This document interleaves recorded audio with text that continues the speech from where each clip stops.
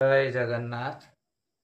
आज आम एपिसोड रे सर्वांगासन बा शोल्डर स्टैंड पोज विषय आलोचना करिबा। ये आसनटी होउसी आम पई बहुत मूल्यवान, कारण ये गोटे आसन बहुत गुड़िए बेनिफिट्स आमको देई थाए। ताले आसंतु जानिबा आम ये आसन करिबा द्वारा आमको कौन कौन उपकार मिली थाए।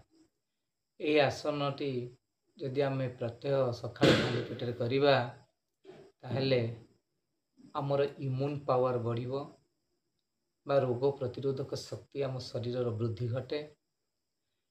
एवं आमे जानिचे आमर थायराइड एवं पाराथायराइड जो ग्लैंड अच्छी एमानकर हार्मोन सेक्रेशन इम्बालांस हेले आमे बहुत गुड़िए बीमारी रे साधारणतः पीड़ित होता।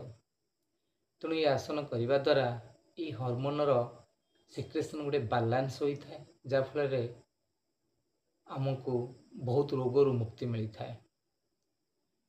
एवं ये आसन करने द्वारा साधारणतः आमर digestive system, nervous system, reproductive system, circulatory system एवं एंडोक्राइन सिस्टम एगुड़िक सब एक्टिव होता। तेणु ये आसन आमर होल बॉडी रो गोटे बैलेंस मेंटेन करि थाए एवं आमको निद्राहीनता हवा एवं आमर हेयर फॉल जोड़े चुट्टी शीघ्र झड़ी पड़ा एथुर मध्य मुक्ति मिली थाए।